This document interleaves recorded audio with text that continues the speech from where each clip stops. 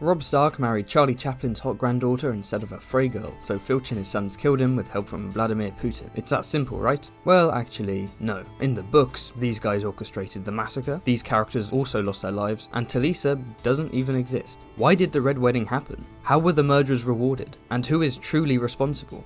There are many villainous candidates. Give me your number one pick in the comments below. This is Fantasy Haven, your home for all things fantasy. Like and subscribe for more animated lore videos just like this one. Let's dive right into it. Robb Stark was winning every battle, but losing the war. The Ironborn invade the north and hold Deepwood Motte, Torrhen Square, and Moat Cailin.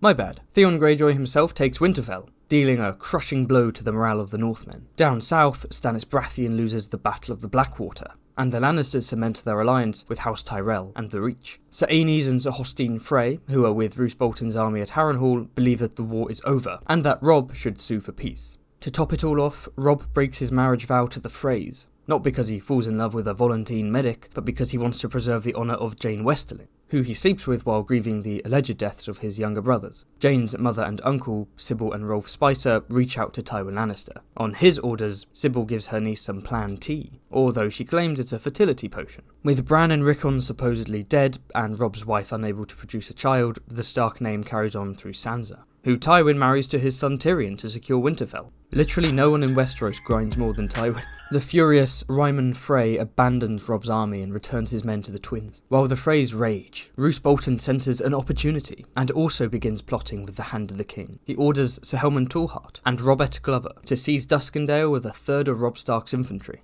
Lord Randall Tarly traps them against Blackwater Bay, and the retreating survivors are cut off by Sir Gregor Clegane. Roose successfully weakens the Young Wolf's campaign by sending thousands of Northmen to be slain in this strategically pointless endeavour, and later lies to Robb by claiming it was Glover's idea. In case you're not sure if this was Lord Bolton being calculating or incompetent, bear in mind that after he orders this plot, he goes out hunting for wolves. I'll let the symbolism speak for itself. Up north, Ramsay Snow slaughters Stark forces and sacks Winterfell. The bastard of Bolton was clearly given permission by his father in order to further weaken Robb's cause. Ramsay goes out of his way to spare the warders Little and Big, who write a letter describing how Theon Greyjoy burned Winterfell. Lothar Frey later shows this letter to Robb Stark. Roose Bolton and Walder Frey have already linked their houses through marriage, and by the time Winterfell is sacked, it's possible that both men have already joined forces against the King of the North, with Tywin's blessing. When Sir Jaime Lannister is brought to Harrenhal, Lord Bolton sends him on his way to King's Landing. He asks Jaime to give Lord Tywin his regards, and Jaime likewise asks Roose to give Robb Stark his regards. At some point, a plan is formulated. The Freys will offer a marriage alliance to Edmure Tully, in exchange for their renewed fealty to King Robb. Common soldiers and nobles, Northmen and Riverlanders alike will all be gathered at the Twins, unarmed and drunk. Then the massacre will commence.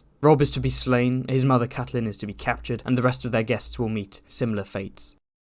But who are the key architects of this atrocity? And how could they do something so evil? Lord Tywin Lannister is a monster who relies on brutality and fear to bolster his reputation. After wiping out House Rains of Castamere, why would he have any second thoughts about ending the war with a nice clean massacre? He offers pardons and rewards to the perpetrators, although tries to distance himself from the slaughter. Lord Walder Frey himself is a cluster of petty grudges wrapped inside some wrinkly old skin. Walder and his family are furious and embarrassed by Robb's betrayal. By Westerosi standards, House Frey is relatively young, and has always been looked down upon by the old nobility as up-jumped toll collectors. You can learn more about their origins in this video. Since turning up late to the Trident at the end of Robert's rebellion, House Frey has fallen from grace. Walder's first wife was a Royce, one of the most powerful families in the Vale. His current wife is an Ehrenford, from one of his minor vassal houses. Betraying the Starks and Tullys does not just satisfy his desire for revenge and greed for power, but also his desire to rise above all those who dared to mock House Frey.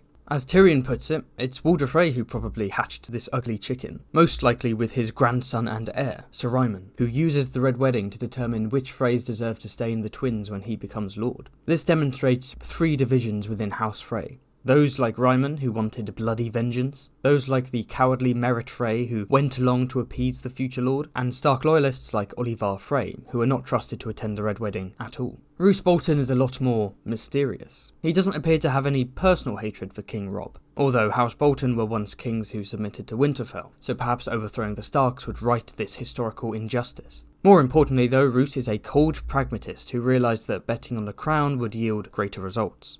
While Lord Frey gave the order, and Lord Lannister gave his blessing, Lord Bolton was one of the main organisers of the massacre itself. The other was Lothar Frey, called Lame Lothar due to his clubfoot. It is he and his bastard Walder Rivers who propose a new marriage pact to Robb and Edmure. Edmure considers it an insult that Lord Walder sent a cripple and a bastard to relay these terms. Little does he realise, the smiling, friendly Lothar is the cunning, manipulative, and sadistic steward of the twins. He orders sellswords with crossbows to perform a musical masquerade in the gallery. He demands that the Rains of Castamere be used as a cruelly humorous signal for the slaughter to begin. He plans to cover the tents and pavilions in oil and rig them to collapse so that the drunken northern soldiers can be trapped and set on fire by flaming arrows and torches. And he assigns a specific role to each and every Frey. Bastard Walder Rivers will lead the attack on the camps outside the twins with Sir Tytos Frey and Sir Garth Goodbrook. Lord Bolton will bring his own men from the Dreadfort to take part in the massacre, as well as some Karstark soldiers, furious at Robb for executing their liege lord, Rickard Karstark.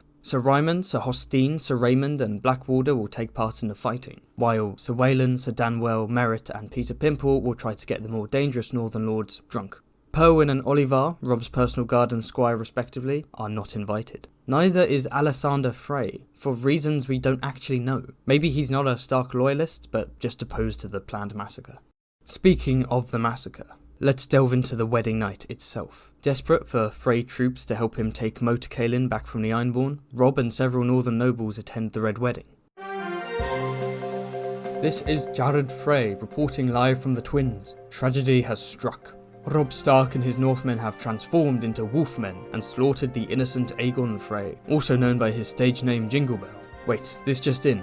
Robb Stark is trying to eat Lord Walder, but Wendell Manderly is bravely sacrificing himself. We've got Roose Bolton on the line. Yeah, we're gonna have to kill them all. I agree, what a shame. In other news, we've been bought out by Lannister Studios. Let's crack out the Dornish Red. Okay, no, that's not what actually happened. That's what Sir Jared Frey later claims happened while trying to appease Lord Wyman Manderly. This is what really went down. The high nobles feast in one fort, the lesser nobles and bastards feast in the other, and the common soldiers drunkenly celebrate in the camps. The outlaw Sandor Clegane is nearby, preparing to ransom Arya Stark back to her family for a hefty price. The food in the main hall is lackluster and mostly fish-based, but there's ale, mead and wine aplenty to make up for it. The Freys don't want to waste good food on a bunch of men they're about to backstab, but they do want to get them drunk and vulnerable. Sir Danwell Frey plays a drinking game with Mark Piper, while Merritt, Peter and Waylon all pass out trying to compete against the Great John, who by this point is made of 90% ethanol. The music is loud and terrible, which tends to happen when you hire mercenaries to play the lute, but the guests are all dancing. The bedding ceremony sees the bawdy Edmure and the tearful Rosalind swept away to the bedchamber. Throughout the feast, Catelyn becomes increasingly anxious and paranoid, despite knowing that she and her sons are protected by guest right. Everything comes to a head when Daisy Mormont asks Edwin Frey for a dance, but he rudely rejects her, just as the Rains of Castamere starts playing. Catelyn grabs Edmure and feels the chainmail beneath his silks. Then the slaughter begins. Robin Flint is surrounded and stabbed to death. Sir Wendell Manderly, Donal Locke and Owen Norrie are felled by crossbow bolts. Sir Lucas Blackwood is cut down by Sir Hostine Frey, and an unnamed Vance is hamstringed by Black Walder Frey. Sir Benfrey Frey tries to grab Daisy Mormont, but she escapes and runs to the door, only for Sir Ryman Frey to burst through and slay her with his axe. Northmen, likely Boltons and Karstarks, stream into the hall, and one beheads Small John Umber. The wounded Catelyn holds Jingle Bell hostage, but Walder doesn't care. Roose Bolton announces that Jaime Lannister sends his regards, and slays the young wolf. Catelyn snaps and kills Jingle Bell, screaming and tearing her own face, until Sir Raymond Frey slices her throat. She was supposed to be a hostage, so perhaps Raymond was avenging Jingle Bell, or providing a mercy kill. Edmure Tully, the Great John, Patrick Mallister, and Sir Mark Piper are all captured and imprisoned. Outside the twins, Bastard Walder leads the assault. Arya Stark manages to escape with the Hound, but not before he buries an axe into Tytos Frey. Sir Waylon Frey leads men to kill Greywind with crossbows, so at some point he must have woken up from his drunken slumber. Sir Raynaud Westerling is apparently caught in the crossfire trying to save Grey Wind. Although his mother and uncle Sybil and Rolf Spicer were plotting with Tywin, he didn't bother telling them about the Red Wedding. The Freys lose 50 soldiers and 4 noblemen. Jingle Bell is killed by Catelyn, Sir Tytos is slain by the Hound, Walder's grandson-in-law Sir Garth Goodbrook is killed in the camps, and Sir Benfrey Frey dies of unspecified wounds, possibly the ones given to him by Daisy Mormont. The Red Wedding is over, but its consequences reach far and wide. Immediately following the massacre, Robb Stark's crown is taken by Ryman Frey, Robb Stark's body is beheaded, and Catelyn's body is stripped and thrown into the river, in a mocking farce of Tully funeral plays. Grey Wind's head is sewn onto Robb's decapitated body, although presumably they don't do it the other way around. As the story of this betrayal spreads, the small folk begin calling it the Red Wedding. The King on the North's death heralds an effective end of the war and brings forth some major geopolitical changes. The Freys, Boltons and Spicers are all pardoned and rewarded by the crown. Sir Aemon Frey is made Lord of Riverrun, creating the cadet branch House Frey of Riverrun, which is no surprise as he's married to Lord Tywin's sister Jenna Lannister. However, he's not Lord Paramount of the Trident. That honour has already been given to Lord Peter Baelish of Harrenhal. Amari Frey, the eldest daughter of Marya Darry, becomes the Lady of Darry, and married to Sir Lancel Lannister, creating the cadet branch House Lannister of Darry. Funny how all of these packs seem to benefit the Lannisters, isn't it? An unknown Frey girl will be chosen for marriage by Lord Tywin's cousin's son, Sir Davon Lannister. Lucky him. And one of Lord Walder's bastard sons will marry Lord Tywin's bastard niece, Joy Hill. Roose Bolton is made Warden of the North, and his bastard Ramsay is legitimised, granted the lordship of Winterfell, and given Arya Stark as a bride to solidify his rule. Although she isn't Arya Stark at all, but Sansa's childhood friend, Jeyne Poole. Sir Rolf Spicer is made Lord of Castamere, a very fancy title for someone who will have to rule over a torched castle with flooded mines. Thanks for that one, Tywin. Sybil Spicer's son, Sir Raynaud, is set to marry Joy Hill, which presents a few problems considering Joy Hill is betrothed to a Frey bastard, and Sir Raynaud is apparently dead. I think Sybil might be a little bit out of the loop here. Most Riverlords bend the knee. Edmure Tully is held hostage to persuade the Blackfish to surrender Riverrun to Aemon Frey. Lord Clement Piper is begrudgingly present at this siege. After all, his son Mark is also a hostage. Likewise, Patrick Mallister is used by Blackwater to force Lord Jason and Seaguard into submission. Due to the capture of his son Sir Wendell, Lord Wyman Manderley agrees to open up trade to the Lannisters, and marry his granddaughters to Freys, Rhaegar to Winifred and Little Walder to Wyler. If Wendell has no more sons, it would make Rhaegar the eventual Lord of White Harbour, which is a pretty cursed idea. He's a pie now, so it's all good. The uncles of the imprisoned Greatjon have split loyalties. Crowfoot has sided with Stannis, Horsebane with Roose, although he may also be planning to backstab the Boltons. Despite all of this, no reward can hope to save the Boltons and the Freys from the fate that awaits them. Their reputation has been sullied. The nobility and common folk of Westeros despise them, especially in the North and Riverlands. The Boltons will probably be betrayed and wiped out soon, while the Freys are being hunted by the Brotherhood without banners, and its new leader, Lady Stoneheart, the vengeful, resurrected corpse of Catelyn Stark. So far, Peter Pimple, Merritt and Ryman Frey have all been hanged for their treachery. To learn more about the fate of the Freys, check out this video Quinn the GM and I worked on. And to learn more about the history of House Frey, check out this video. Like and subscribe for more content like this, and let me know in the comments who's to blame the most for the Red Wedding.